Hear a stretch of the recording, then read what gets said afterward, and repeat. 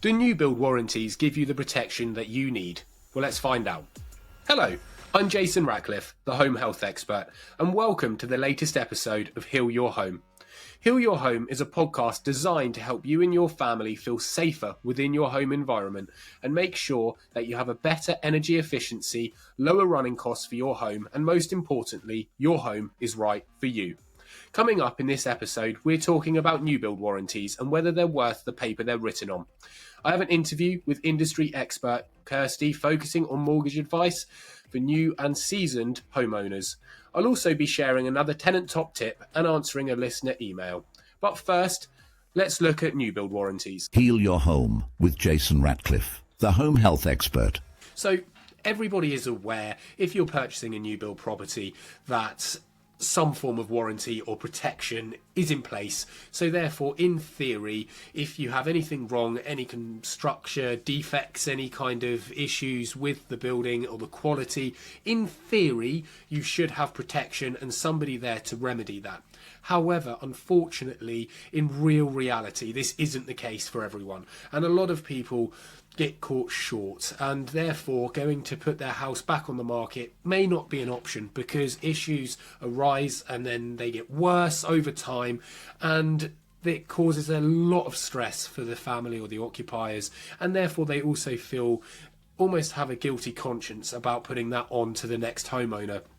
But where do they stand? Because a lot of people go to their new build warranty companies who provide these policies, and then they just don't seem to take it seriously, or they find a way out of actually having responsibility and being able to do anything about it. So there are many different types of building warranty policies in place. The NHBC, which is the National Housing Building Council, this is the main one, which equates for typically around 70 to 80% of the UK market. So pretty considerable amount of new builds will likely end up with this policy. They basically look to protect a new homeowner from any poor workmanship or any structural defects or faulty materials that may exist.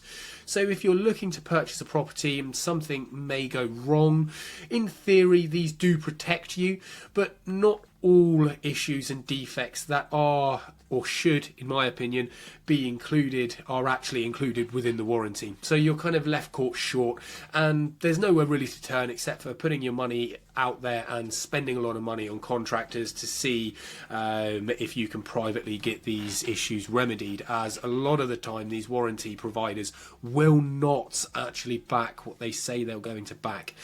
So be careful when you're going in and purchasing a new property. Whoever the new build warranty company or the provider is, make sure that you know the ins and outs of what they will cover, what they won't cover, what their complaints procedure is, and also what their reputation is like. You know, there will be developments around your area or around the country that have had this type of warranty in place. How well have other people in existing developments been handled? Are they taken seriously, or are they just put in the bottom of a pile and made excuse after excuse as to why this warranty company will not actually have your back? Certain defects that arise within a property's construction may seem obvious that these are from a workmanship perspective or a default when the property was first built.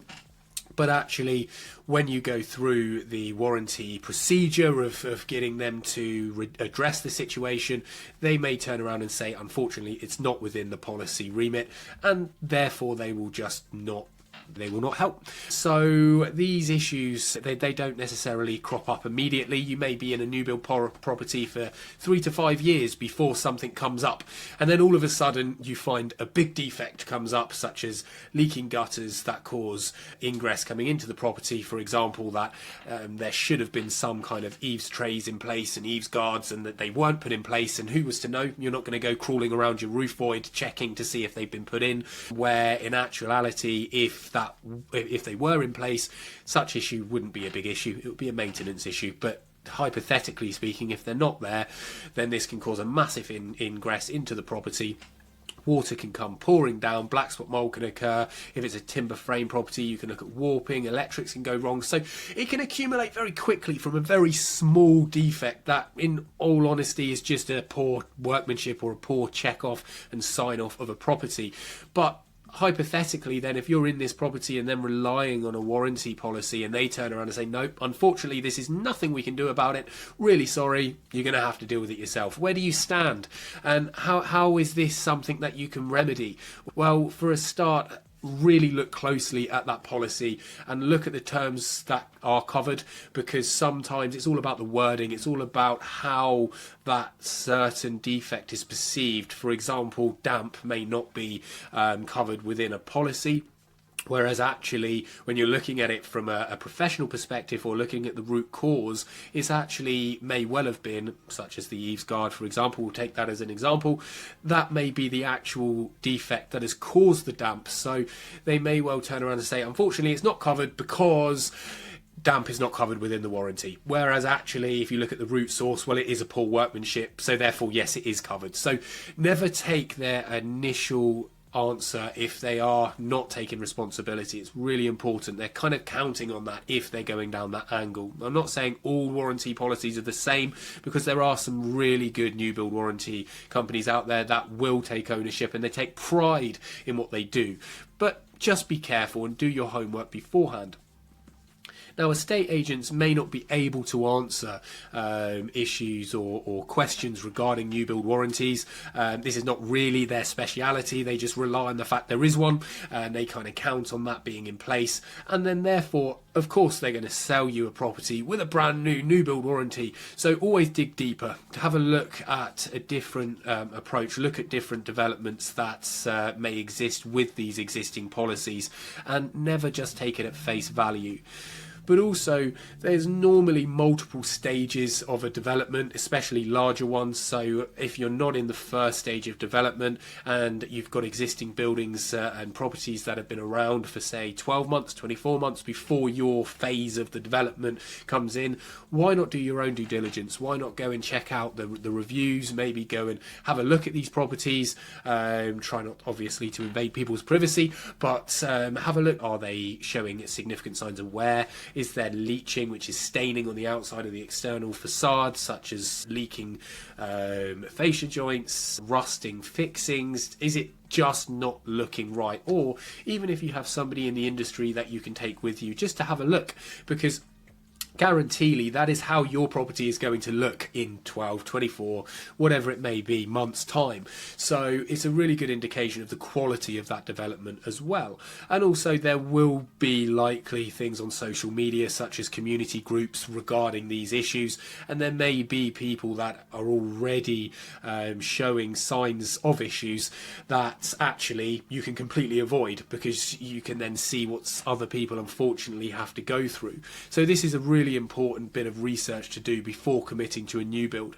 Now, there are new builds out there that are fantastic and they are definitely worth the purchase, but you need to be able to decipher the difference between those and essentially a money pit you're never going to sell and your property does not and your family does not want to live in. The big question I always get asked is a survey worth doing on a new build? And the answer is always absolutely 100% yes. Now, you do not need a level 3 full building survey. That's just overkill for a new build property, but a level 1 or a level 2 is absolutely worth its weight in gold, because what it will do is it will go through the whole property, look for any potential signs of defects. Now, if you get a surveyor that is experienced and understands the potential defects that can be there from the original construction date and how that may then cause a deterioration over time, this is who you really want in your corner, because what they'll be able to do is highlight areas to you in the report from a factual basis that's completely non-biased, to be able to say to you, well, hold on a minute, have you considered X, Y and Z? There's something not right here.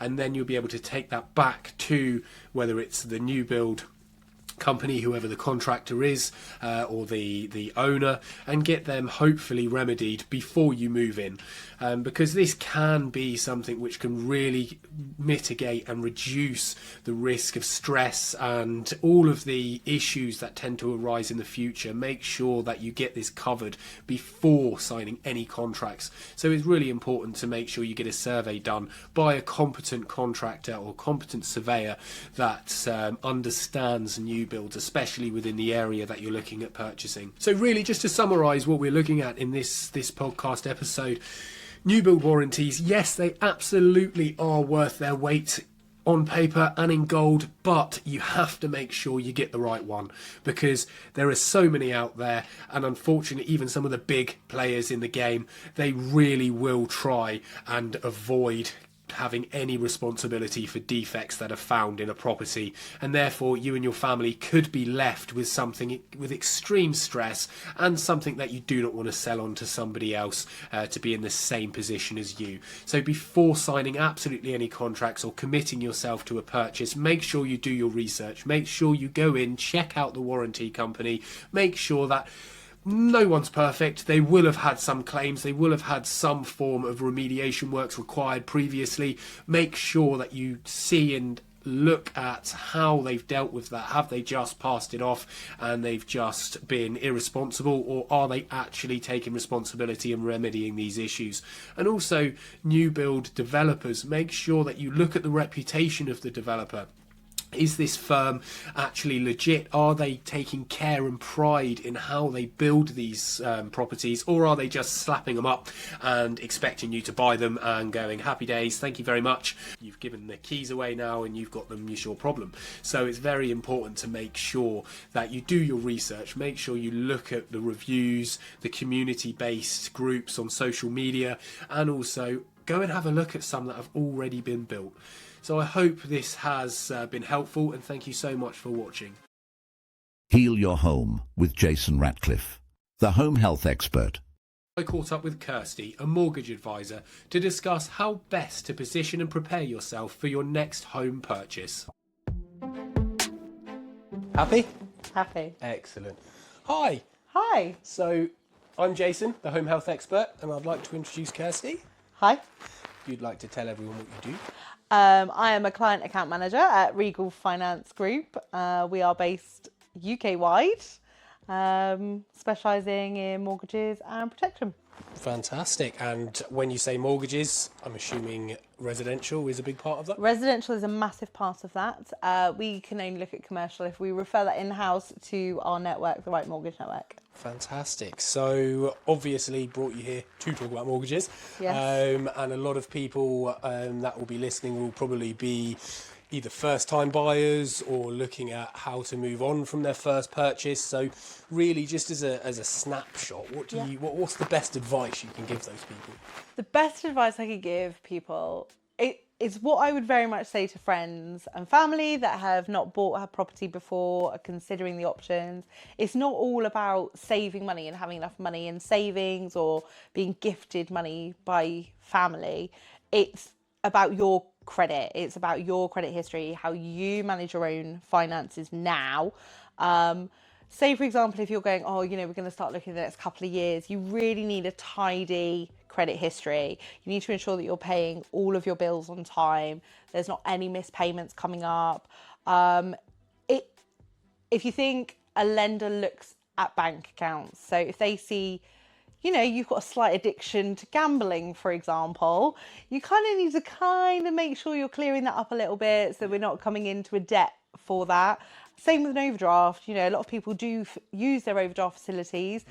They don't necessarily need to, but they don't think they don't necessarily think it's a problem.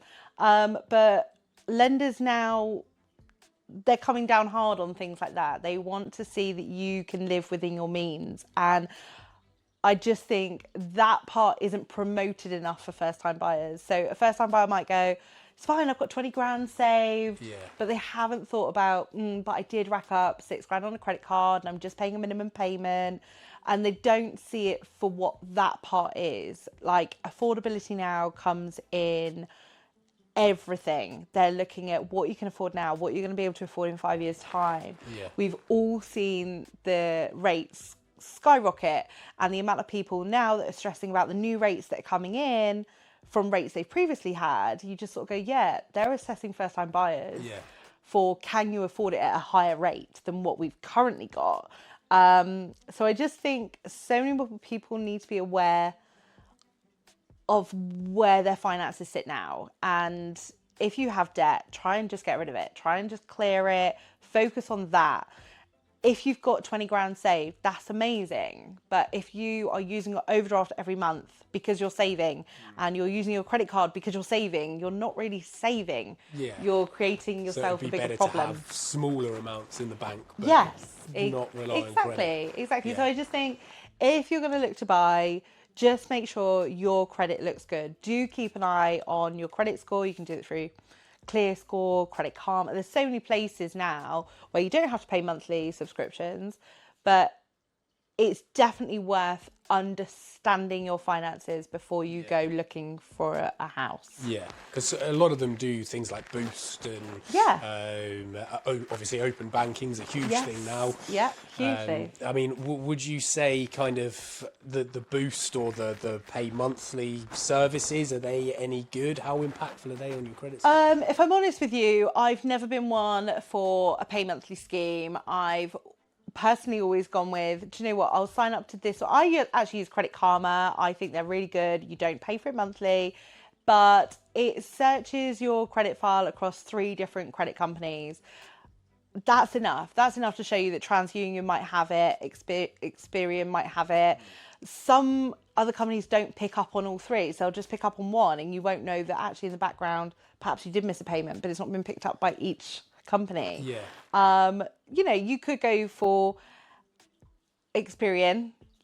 It is one that is massively used by lenders. However, you're then paying that monthly subscription. It's just an extra fund to be paying out. And I just sort of go, look, you try to keep costs low.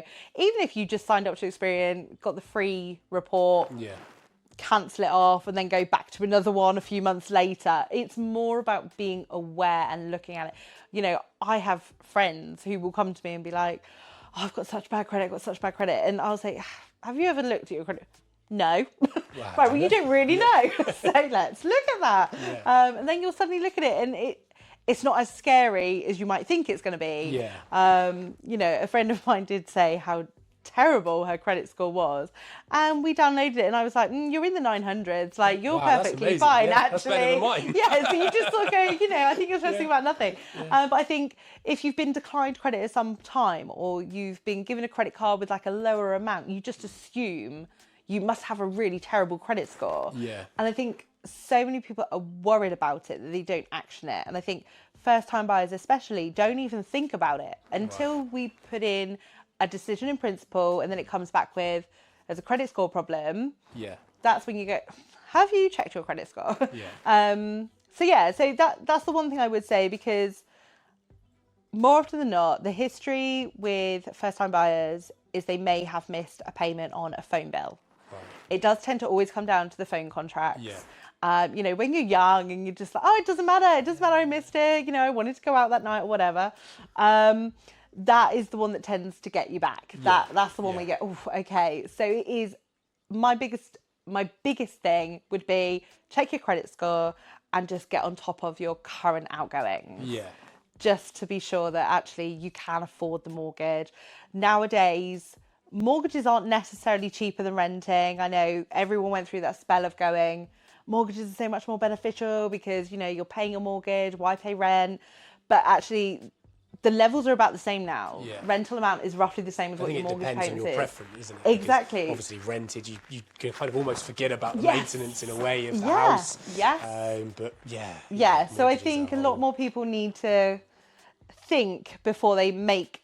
It's fine, I've got savings, I've got a gift, I can just buy. It's not as easy as that. No, absolutely. And when you were saying about the defaults, is it as soon as sort of it, you know, when if it kind of bounces off of your bank, is that classed as a default, or is it, because I know some companies give you, got to say 7 days and they'll try again. So with a lot of like missed payments, so there's a huge difference between like missed payments, defaults.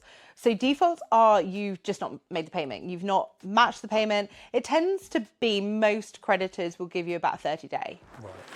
So if they've not managed to obtain that payment, it will go down as a late payment. That is classed as a default. Obviously, the situation you then get into is you're then struggling to find high street lenders that you kind of fit all boxes. The criteria changes. It's not to say you can't secure a mortgage, don't get me wrong. It becomes more difficult. Yes, you just end up with higher rates, at which point you go, then is it affordable?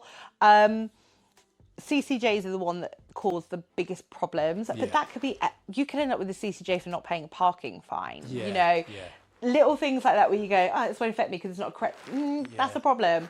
I mean, I've known people that have had something like that, but it went to the wrong address, and then it's not the fact they don't want to pay it, it's just they don't know about it, and all of a sudden they 100%. Get a CCJ and they go, oh my God. And it causes a problem for at least 6 years. Yeah, absolutely. Yeah. So no, that I would say, obviously, if you have missed payments, it's just a question mark as to why. All lenders will ask the question why. You know, it can be that you've missed it one time. You could have ended up in a bit of a flunk and, you know, missed about 4 or 5 payments. Yeah. But it's that vicious cycle, isn't it? You miss one and then you've got the other one to pay for as well as exactly.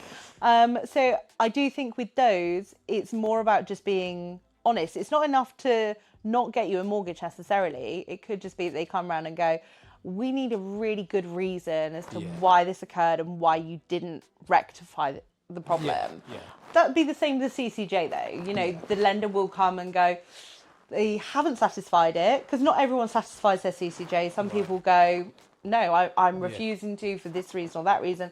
But again, a lender will just ask the question. And an underwriter is a human being at the end of the day. So if they feel it's something that is not at risk to you paying the mortgage back, that's how they view it. And just to quickly interrupt there as well, just for the people that don't know what a CCJ is, could you explain quickly? Yes, so a CCJ is a county court judgment. So it will be, for example, let's go back to the parking ticket. For example, if someone's given a parking ticket, they don't agree with it, so they want to contest it, you go down the route and you don't win, it can become a CCJ. So someone will put in a request to a court to put a county court judgment against you. It doesn't have to be a parking ticket. It could be anything. It could be, you know, you've fallen out with your plumber who came round to the house and they could put a CCJ on you, you could put a CCJ on them. And that will stay on your credit report for a minimum of 6 years. So it's quite an impact. Absolutely. I mean, everybody sort of has some difficulty somewhere along the lines. And I think, you know, especially when you're younger as well, you can be penalised quite heavily for a long period of time. Definitely. Yeah. No, that's really interesting. And when you were saying kind of about the rented and the mortgage side of things as well, I mean, I've seen a couple of things about rental properties where you can now, I suppose, have your rent payments added to your credit score as if it's kind of proving that you're paying on time. Is that relevant at all? If I'm honest with you, I've not dealt with any case where that has been a relevance at all. I feel to a point everyone wants to put a positive spin on renting, and there is absolutely nothing wrong with renting, but for some people they can be declined mortgages based on affordability, which is tough news to take if you've been making a similar or higher rental payment every month. That's the only case where it could come in as a factor. But if I'm honest with you, I've not come up against one where it's then been used to overturn a decision on affordability, which is the difficulty, because you could be paying £1,200 a month renting and you make the payment because you want a roof over your head. Absolutely. So I get it, you know, if suddenly it's coming back with this doesn't fit affordability, they can't borrow as much, and then sometimes it's mad, isn't it? Especially it's crazy if the mortgage repayments are less than your rental payments, and then you're being told, well, hold on a minute, you can't afford it, and precisely you think, how? Precisely. And I think from like a client's point of view, it's really difficult to get your head around why it's a problem when you can evidence it. You can show bank statement galore showing your payments have been made to make your rental payment. But unfortunately, different criteria, different lenders, affordability stacks differently. Everything impacts affordability, your student loan payments, how much you pay into your pension pot a month. You know, so many things factor. It's not just a simple case of, I have no outgoings, this is my incoming, jobs are good. And, you know, they look at everything. If you're self-employed, they look at, the ups and downs over the course of the last couple of years. It's one of those, every person is assessed individually. Yeah. It's not just you're picking on me. No, they tend to pick on a lot of people. Yeah, absolutely. And I mean, as it stands from recording in October 2023, mortgage interest rates are rising. And how is that when you kind of said about looking at affordability, especially kind of moving forward, because there's no guarantee they're not going to carry on rising. Yeah. So is it going to be affordability is going to be harder to prove? Affordability is harder to prove at the moment because it is based on today's rates. Fortunately, actually, you say they are rising. We are seeing a slight come down. They are only slightly, not massively, don't get me wrong. It's nothing to get too excited about. But obviously where the Bank of England base rate did not increase, it's remained the same. It possibly will obviously rise towards the end of the year again. So there will probably be a little dip upwards again. But the affordability will work dependent on what the rates currently are. So, for example, someone may have been able to afford their property 2 years ago when the rates were in the 1s and 2s. Yeah. As soon as the rates are in the 3s, 4s, 5s, it is a different mortgage payment. I mean, even if I look at my own mortgage payment, when my interest rates will inevitably increase by 2025 when my rate ends, you know, I'm looking at an increase at the moment on today's rates of over £600 a month. Wow. You know, whilst fortunately I can still afford that, there's a lot of people that go, I can't, that's huge. And it is huge, but that is why it is always worth staying in the know of where rates are at ahead of your fixed rate. Because whilst mortgage brokers or you go direct, you can do it up to 6 months ahead of time. You still need to know where you're going to be at. You do need to really keep an eye on your credit commitments to know, right, in 2 years' time, actually, I'm going to be £600 down. I need to cater for that already in preparation. And obviously, if the rates come down lower between now and then, that'd be amazing. Yeah, it's always good to have that. Better gap. But it is it's about the knowledge. Yeah. I'm not saying everyone should understand everything mortgages because it's a bit of a boring subject, but it's understanding it for your own need. Yeah. Do you know what I mean? Yeah, absolutely. So I mean, I know this is kind of biased because this is where you come from, but would you say it's a lot more important? What are the advantageous kind of steps for having a mortgage broker involved? Having a mortgage broker involved does take a lot of the stress away. There is so much information to take on board. I mean, even now, I've worked with the broker firm that I worked with for over 14 years, but even now, I would hate to have to try and do a mortgage by myself as Joe Public. Like, my husband still has no idea about mortgages. I definitely tell him what we're doing. But if you have a mortgage broker, most of them can look at the whole of the market. With most networks, which is what a broker firm would be signed to, they would have access to exclusive deals as well. So they aren't to the everyday public. You can only obtain them through a broker. The broker does all the work for you. They do all the checking on your documents. They make sure that everything you're saying is correct. They're the ones that do the application. If it doesn't work out, they can source the next one. They can jump ahead of time to go, okay, you kind of meet criteria on this one. I'm not so sure, but actually this one could be a better product with a different lender. So they kind of give you the overall, this would be your best option. Most brokers do charge you a small fee. Usually it's minimal, but purely because of all of that element, because the affordability question. Lot of work. Yes, the affordability question does fall. I mean, actually, fortunately, we don't. Personally, we don't. But a lot of brokers will charge fees. Everyone charges everything up front so that you know exactly what's what, especially with the consumer duty that's coming in. We need to make sure that we are ticking a lot of boxes now.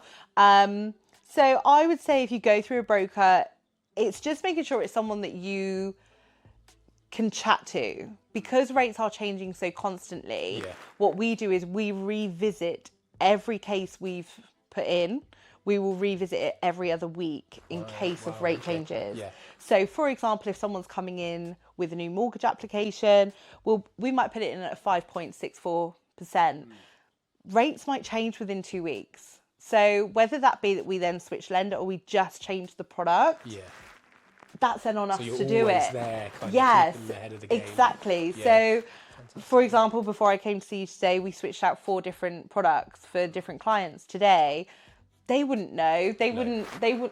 You don't want to think about it more than that one time. Yeah. You don't want to go, oh, I need to Google this again. Absolutely. But I think it's so, good yeah. because if I was coming to you without knowing kind of what you did and things like that, Yeah. I would just be thinking, well, I know this is totally the wrong way of thinking about it, but Yeah. you know, you're just probably doing what I would be doing online, you know, like compare the market or something and just going, well, what am I paying you for? But actually, you know, there's a huge amount of benefit. Fantastic. So going on to obviously the way in the general public, I suppose, just speaking from myself, would kind of think before looking deeper into what mortgage advisors would do, especially if you've got, I mean, even portfolio owners, I suppose, especially portfolio owners. Yes. You know, you've got kind of 5, 10, 15 properties, you know, you're not going to be necessarily scouring the market or keeping an eye on them, especially if they've Definitely all got finances everywhere. Precisely. So, you know, obviously that's better for someone like yourself. You're going to get more fees, but at the same time, what they save, I'm assuming, is going to definitely outweigh the fees. Yeah, I mean, what you tend to find with people with portfolios or just 1 or 2, I mean, it's only really classed a portfolio if you own more than 4 properties, but let's say you've even got like 1, 2, 3 properties. From our point of view, we manage that part for you. So we tell you 6 months in advance that your fixed rate's coming to an end or your tracker's up and this is a better option for you. So it kind of puts the onus on us to secure you the best rate and to keep monitoring it for you. As I said, different people will charge you different rates for that. But most brokers, obviously, they earn all of their commission through the lenders. Yeah, so that's kind of where it becomes a thing of actually, if they're still charging you rates in your portfolio, then I'll sack them off anyway. Yeah, absolutely. So just one last thing, really. I think when you mentioned fixed rates and things, obviously, kind of when you're coming to the end of your term, how does that work? What would you advise people to make sure that they're kind of staying ahead of inflation? Yeah, so you can look at new mortgage rates about 6 months ahead of time. It used to only be about 3 months, but that has obviously recently changed with the new mortgage charter. So that tends to be 6 months. Most lenders have signed up to that now.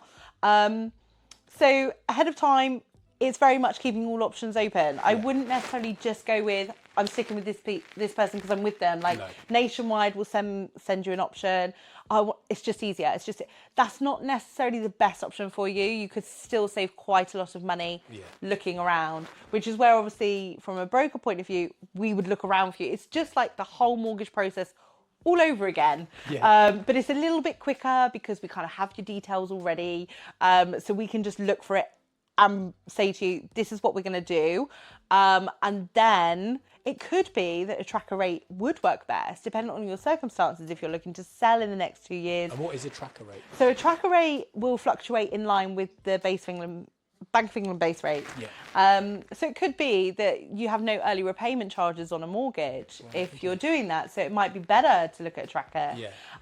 So again, with the current market, fixed rates, tracker rates, it depends on your situation as to which one does work out best. But again, yes, we would just look at what all your options are and then continue to revisit it until you needed it to refix. So the end of your existing rates. There's no fees for moving early or anything like that. On the odd occasion, it may be worth switching your rate earlier and just paying a smaller early repayment charge. But again, a broker, it would be very easy to work out, is that more cost effective or not? So, Fantastic. Well, thank you so much. That's all right. And, it's lovely to actually speak through these things with you. That's fine. Thank you. Thanks. And now, a listener question for Heal Your Home. Today's listener question comes via Facebook. So thank you so much, Natasha in St Austell. It really means a lot that you're listening to this, and it's great to hear that you're finding this content useful. That's what we're here for.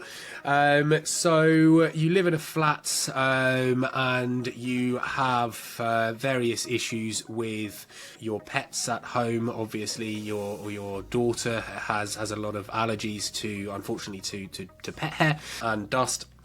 This is unfortunately very common in today's society and within the UK. Dust allergies are one of the biggest allergies, and they can very easily be misdiagnosed as pollen allergies. So, but the same remedy can occur, but obviously we're not doing medical advice on this show. It would definitely be advised to go and see your doctor regarding that. But in relation to your home, obviously keeping the pets well groomed, cleanliness of your home, but also there are other factors such as ventilation. Ventilation does solve a lot more issues than it's given due for, because this then allows for new air to be brought into the property, and then no or less dust and skin particles and things like that to be able to then settle on surfaces. So it's really important just to make sure you have a well ventilated home. It's not ideal in the winter, but that's why we can limit it to 10 to 20 minutes a day, and that will really then help reduce those allergy levels, and hopefully your daughter will be able to have a little bit more comfort within our home. If not, and this requires a bit more in-depth investigation, then it would be really worth speaking to a doctor and actually seeing where the specific allergy reactions are coming from, and hopefully then there can be some remedy to your issues. So thank you so much for listening, and hopefully that's keeping your property a little bit more well ventilated, and dare I say it, just keeping it in a clean and dust-free environment, including making sure that the carpets are cleaned, etc., on a regular basis, and your pet's well groomed, should really help reduce those issues for you and your daughter. Jason's tenant top tip.